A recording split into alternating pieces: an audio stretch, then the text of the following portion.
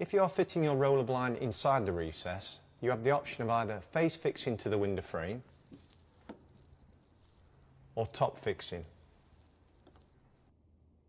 Before fixing your brackets, please note that there is a control end bracket and an idle end bracket, and these should be fitted at the correct sides of the window. When fitting your brackets, measure 50mm in from each side. After fixing your brackets, locate the pin into the idle end before fixing the control end.